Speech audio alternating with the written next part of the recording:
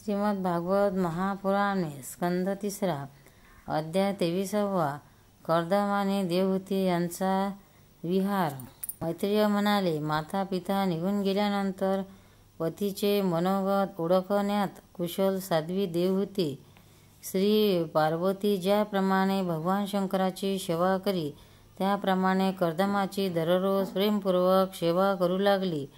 हे विदुरा, तिने काम, वासना, दंभ, द्वेष, लोभ, पाप आणि मद याचा त्याग करून दक्षतेने आणि चिकाटीने पतीच्या सेवेत नित्य तत्पर होऊन विश्वास, पतिव्रता, गौरव, संयम, सहिष्णुता, प्रेम आणि मधुर भाषण आदी गुणांनी आपल्या परम तेजस्वी अतिदेवांना संतुष्ट केले। देवहूती देवापेक्षाही श्रेष्ठ असणाऱ्या पतीपासून मोठमोठ्या अशा मनाशी बाळगून त्याच्या सेवेत तत्पर असे। या प्रकारे पुष्कळ काळापर्यंत सेवा करणाऱ्या मनुपुत्रीला व्रतादीचे पालन केल्याने दुर्बल झालेली पाहून देवर्षी कर्दमांना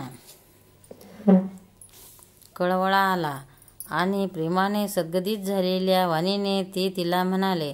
कर्दम म्हणाले, हे मनुपुत्री, तू माझा मोठा आदर केला आहेस। तू करीत असलेली उत्तम सेवा आणि परमभक्ती यामुळे मी फार संतुष्ट झालो आहे। देह धारण करणाऱ्या सर्वांना आपला देह ही अत्यंत प्रिय आणि आदराची वस्तू असते, परंतु तू माझ्यासाठी त्यांच्या क्षीण होण्याची जराही पर्वा न केली नाहीस। म्हणून आपल्या धर्माचे पालन करीत राहिल्यामुळे मला तप, समाधी, उपासना आणि योगद्वारा भय आणि शोकरहित अशा ज्या भगवत प्रसाद स्वरूप विभूती प्राप्त झाल्या आहेत, त्यावर माझ्या सेवेच्या प्रभावाने आता तुझाही अधिकार आहे। मी तुला दिव्य दृष्टी देतो, त्या योगे तू त्या पहा। इतर जे भोग आहेत ते श्रीहरीच्या वक्र दृष्टीने नाहीसे होणारे आहेत, म्हणून त्यांच्यासमोर ते भोग काहीच नाहीत। तू माझ्या सेवेचे कृतार्थ झाली आहेस। आपल्या पतिव्रता धर्माचे पालन केल्याने तुला हे दिव्य भोग प्राप्त झाले आहेत। ते तू भोग आणि आम्ही राजे आहोत, आम्हाला सर्व काही सहज मिळणे शक्य आहे असा अभिमान असणाऱ्या माणसांना या दिव्य भोगाची प्राप्ती होणे कठीण आहे। कर्दमाचे हे बोलणे ऐकून आपले पतिदेव संपूर्ण योगमाया आणि विद्यामध्ये निष्णात आहेत हे असे जाणून त्या अबलेची सर्व चिंता नाहीशी झाली। तिचे मुखकमळ लज्जायुक्त मधुर हास्याने प्रसन्न झाले आणि ती विनय व प्रेमाने सद्गदित झालेल्या वाणीने म्हणाली। देवहूती म्हणाली, हे द्विजश्रेष्ठ स्वामी, योगशक्ती आणि त्रिगुणात्मक मायेवर निरंकुश अधिकार असणाऱ्या आपल्याला हे सर्व ऐश्वर्य प्राप्त आहे हे मला माहीत आहे। हे प्रभो, आपण जी प्रतिज्ञा केली होती की मी तुझ्याशी गृहस्थ सुखाचा एकदा उपभोग घेईन, त्याचा आता पूर्तता करावी। कारण श्रेष्ठ पतीकडून संतान प्राप्त होणे हा पतिव्रतेला स्त्रीला मोठा लाभ आहे। आपल्या समागमासाठी शास्त्रानुसार जे कर्तव्य असेल ते आपण मला सांगावे, जेणेकरून च्या तीव्र इच्छेने दुर्बल झालेले माझे हे शरीर आपल्याला अंगसंगासाठी योग्य होईल। कारण आपणच वाढलेली माझी ही कामवासना मला त्रस्त करीत आहे। म्हणून स्वामी, या कार्यासाठी योग्य भावनाचाही विचार करावा। मैत्रेय म्हणाले, विदुरा, आपल्या प्रियेची इच्छा पूर्ण करण्यासाठी कर्दम मुनींनी त्याच वेळी योगसामर्थ्याने इच्छित ठिकाणी जाणारे एक विमान तयार केले। ते विमान सर्व प्रकारचे इच्छित भोग देणारे, अत्यंत सुंदर, सर्व प्रकारच्या रत्नांचे युक्त, उत्तरोत्तर सर्व संपत्तीची वाढ होत जाणारे आणि रत्नजडित खांबाने सुशोभित होते। ते सर्व ऋतूमध्ये सुखदायक होते। त्यात जिकडे तिकडे सर्व प्रकारची दिव्य सामग्री ठेवलेली होती. तसेच ते चित्रविचित्र रेशमी झुमरे आणि पताकांनी सजवलेले होते. त्यांच्यावर भ्रमर मधुर गुंजारो करीत होते. अशा रंगीबेरंगी फुलांच्या माळांनी तसेच अनेक प्रकारच्या सुती आणि रेशमी वस्त्रांनी ते अत्यंत शोभायमान दिसत होते. एकावर एक अशा तयार केलेल्या महालामध्ये ठेवलेल्या वेगवेगळ्या शय्या, पलंग, पंखे आणि आसने, त्यामुळे ते फारच सुंदर वाटत होते. सर्व भिंतीवर केलेली शिल्परचना अतिशय शोभत होती. तेथे पाचूची फरशी आणि पोळ्याचे सोफे तयार केले होते. पोळ्यांच्या उंबरठ्यावर हिऱ्यांचे दरवाजे तसेच इंद्रनील मण्यांच्या शिखरावर सोन्याचे कलश बसवलेले होते. हिरे जडित भिंतीवर पदराग मणी लावलेले होते. ते विमानाच्या डोळ्यांसारखे दिसत होते आणि त्यांच्यावर रंगबिरंगी चांदवे आणि बहुमूल्य सोन्याच्या तोरणांनी ते सजविलेले होते. त्या विमानात ठिकठिकाणी असलेल्या कृत्रिम हंस आणि कबुतरांना आपल्यासारखेच समजून पुष्कळसे खरे हंस आणि कबूतर त्यांच्याजवळ बसून आपल्या बोलीत बोलत होते. त्यात आवश्यकतेनुसार क्रीडांगणे, शयनगृहे, बैठका, अंगणे आणि चौक बनविले गेले होते. त्यामुळे ते विमान स्वतः कर्दमांनाही आश्चर्यचकित करीत होते. असे सुंदर घर पाहूनसुद्धा जेव्हा देवहूती प्रसन्न झाली नाही, तेव्हा सर्वांच्या अंतःकरणातील भाव जाणणारे कर्दम स्वतःच म्हणाले, प्रिये, तू या बिंदू सरोवरात स्नान करून या विमानात चढ. हे भगवान विष्णूंनी रचलेले तीर्थक्षेत्र मनुष्याच्या सर्व कामना पुरविणारे आहे. कमललोचना देवहूतीचे आपल्या पतीचे म्हणणे मानून सरस्वतीच्या पवित्र जलाने भरलेल्या त्या सरोवरात प्रवेश केला. त्यावेळी ती मलिन साडी नेसलेली होती. केसांच्या गुंडाळ्या झाल्या होत्या. तिचे शरीर मलिन झाले होते, निस्तेज झाले होते. सरोवरात बुडी मारल्यानंतर तिने तिथे एका महालात 1000 कन्या पाहिल्या. त्या सर्व किशोरीवयीन होत्या आणि त्यांच्या शरीरातून कमल पुष्पांसारखी सुगंध येत होता. देवहूतीला पाहताच त्या सर्व स्त्रिया ताबडतोब उठून उभ्या राहिल्या आणि हात जोडून म्हणाल्या, आम्ही आपल्या दासी आहोत. आपण आज्ञा करा, आम्ही आपली काय सेवा करू. तेव्हा स्वामिनीचा सन्मान करणाऱ्या त्या स्त्रियांनी बहुमूल्य उटणी आणि सुगंधित द्रव्यांनी मिश्रित अशा पाण्याने मनस्विनी देवहूतीला स्नान घातले. तसेच तिला 2 नवीन आणि निर्मल रेशमी वस्त्रे परिधान करण्यासाठी दिली. नंतर त्यांनी मौल्यवान सुंदर तेजस्वी अलंकार, सर्व गुण संपन्न भोजन आणि पिण्यासाठी अमृतासमान पेय तिला दिले. त्यावेळी देवहूतीने आरशात पाहिले असता तिला की तिने फुलांचा हार घातला आहे, स्वच्छ वस्त्र परिधान केले आहे. तिचे शरीर निर्मळ असून कांतिमान झाले आहे. तसेच त्या कन्यांनी मोठ्या आदराने तिचा मंगलशृंगार केला आहे. तिने डोक्यावरून स्नान केले आहे, अंगावर सर्व प्रकारचे दागिने घातले आहेत.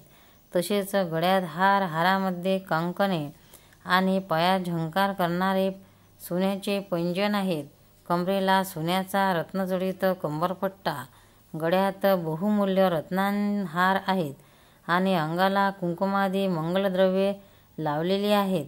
तिचे मुख सुंदर दंतपंक्ती, मनोहर भुवया, कमळाच्या कलिकेशी स्पर्धा करणारे प्रेम कटाक्षमय सुंदर नेत्र आणि काळेभोर केस यामुळे फारच सुंदर दिसत होती. जेव्हा देवहूतीने आपल्या ऋषीश्रेष्ठ प्रिय पतिदेवांचे स्मरण केले, तेव्हा जेथे ते कर्दम प्रजापती होते तेथेच सख्यासहित आपण असल्याचे तिला दिसले.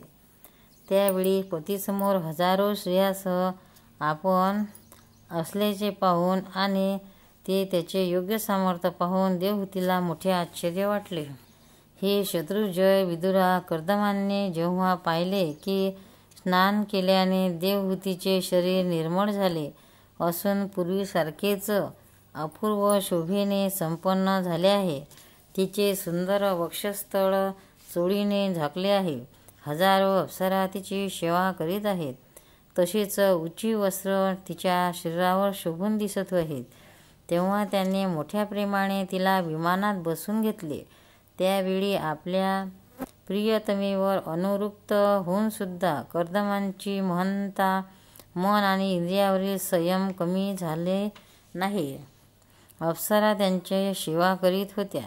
उमललेल्या लाल कमळांनी शृंगार करून अत्यंत सुंदर बनलेले ते विमानात अशा प्रकारे शोभून दिसत होते की जणू काही आकाशात तारकांनी वेढलेले चंद्रच त्या विमानावर निवास करून त्यांनी दीर्घकालापर्यंत कुबेराप्रमाणे मेरू पर्वताच्या दऱ्यातून विहार केला.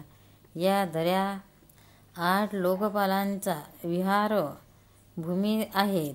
त्यामध्ये काम वाढवणारा शीतल मंद सुगंधी वायू वाहत असतो आणि गंगा नदीच्या स्वर्गातून पडण्याचा मंगलध्वनी नेहमी येत असतो.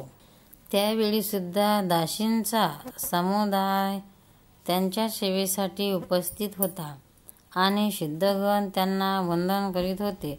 अशा प्रकारे प्राणप्रिया देवहूतीबरोबर त्यांनी विश्वंभक, सुरसन, नंदन, पुष्पभद्र आणि चित्ररथ अशा अनेक उद्यानातून तसेच मानस सरोवरामध्ये प्रेमपूर्वक विहार केला. त्या तेजस्वी आणि इच्छेनुसार चालणाऱ्या श्रेष्ठ विमानात बसून वायूप्रमाणे वेगाने सर्व लोकांमध्ये भ्रमण करीत कर्दमांनी विमानविहार देवावरही मात केली.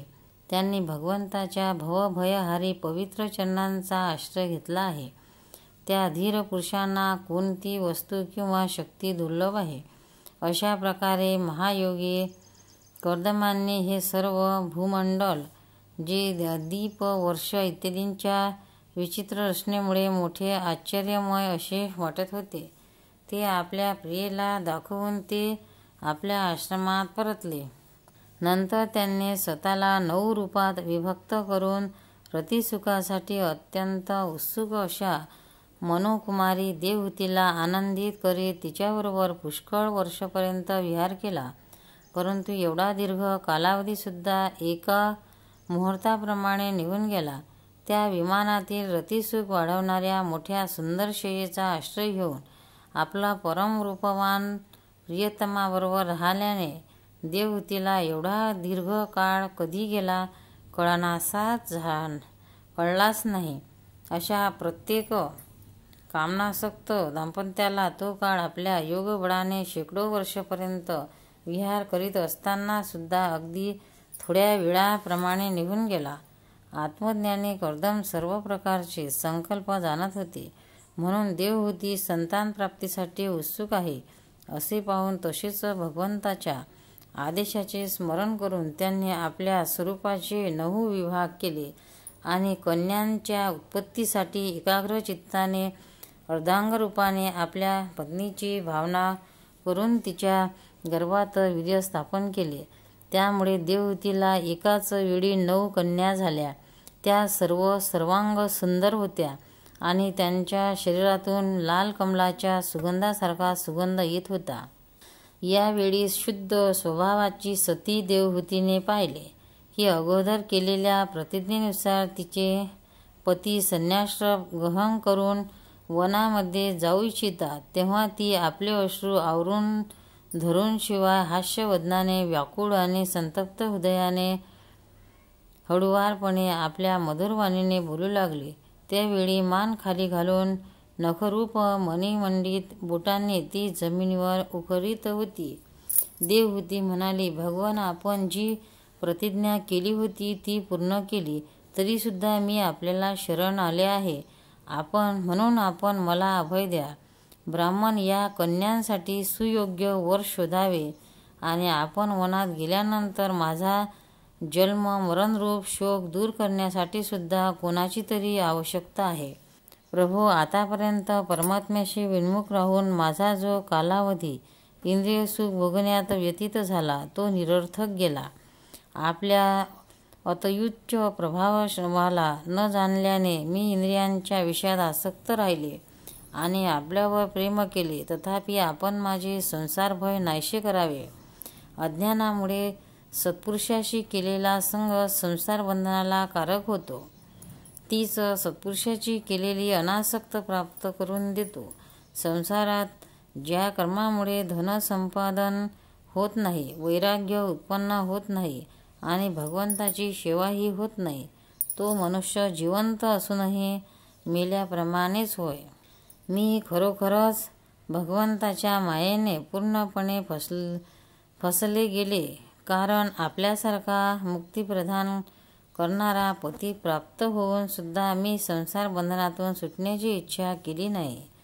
अध्याय 33 समाप्त.